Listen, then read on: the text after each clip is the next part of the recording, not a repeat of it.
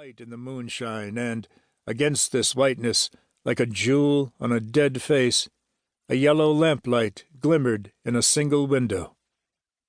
In spite of his haste, Shorty checked his rush. He stole to the side of the shack, peered through under a shading hand at the interior of the lighted room, and then, nodding in satisfaction, hurried back toward the front door. No sooner had he opened it and sprung into the darkness within, for his agility redoubled as the blood ran warm again through his muscles, than the door was slammed shut again, and he himself was tripped and pitched to his face, falling right into the yellow shaft of light that came through the open door of the room in which he had seen the lamp. He yelled as he dropped, whirled in falling, and tugged at his gun, but he found himself lying on his back, looking up along the barrel of a long Colt, and into a quiet, thin, shadowy face behind it. "Don't!" he gasped. "Don't! I'm Shorty! Don't shoot!" The other touched him scornfully with a toe and slipped his gun back into his holster. "Get up," he commanded. Shorty obediently clambered back to his feet. "Don't you know me?" he kept whimpering. "Don't you know I'm all right? Don't you know me?" "I don't know nobody," said the man of the cabin. "I don't know nobody that comes tearing into my house without knocking or nothing." "I seen you sitting all quiet in your chair in the other room a minute ago, and I thought, and I'm Shorty. You know me?" This disjointed and frightened speech made the tall man smile.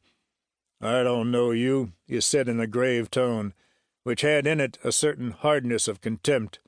"I ain't seen you for 3 months. Maybe you ain't what you used to be."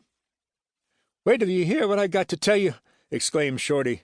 "Maybe you think I've been bought off or something. Is that it?" "Go inside where I can get a look at you," ordered the host. Shorty obeyed, and he was followed into the cozy little living room by the other. They were opposed types. Shorty lived up to his name. He had the short, bowed legs which generally connote strength. A barrel chest, short, thick neck, bulldog face, and fighting features made him, so far as was physically possible, different from the lithe man of the cabin. The other was above 6 feet in height, and looked still taller. He had gray eyes, almost colorless and very steady, and his thin features were of a cruelly predatory cast. His contempt and reserve now had a biting edge. "In the old days," he said, "as chief I would have horsewhipped a gent that come blundering in like this." He added, as though aware that he had gone too far, "Not that that's really my way, only I don't like to be busted in on like this. Lucky for you I waited to make out who you were." Shorty changed color. "You might have knowed by the way I come smashing in that I was a friend." "Never mind what I knowed. You said you had a message for me?" "A big one, too," said Shorty, swelling suddenly with importance. "Happy Jack's coming.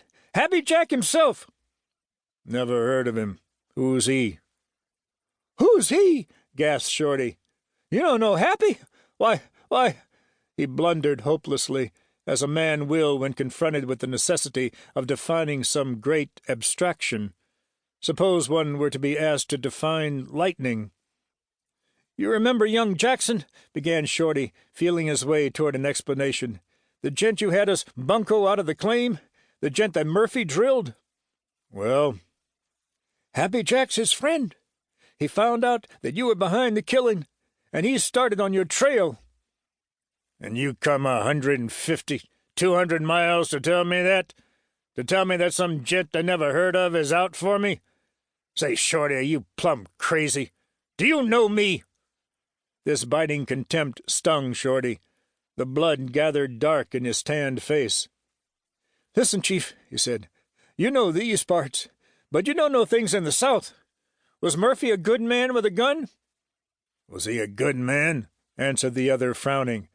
"Yes, and he still is. One of the very best. I trained him myself." "How come you say 'was'?" "He'll never pull a gat again," answered Shorty, reveling in this chance of overwhelming the other. "He'll never pull a gun again, Sandy Crisp." With a profound relish, he watched the gray eyes of Crisp contract and glitter beneath the colorless, bushy brows.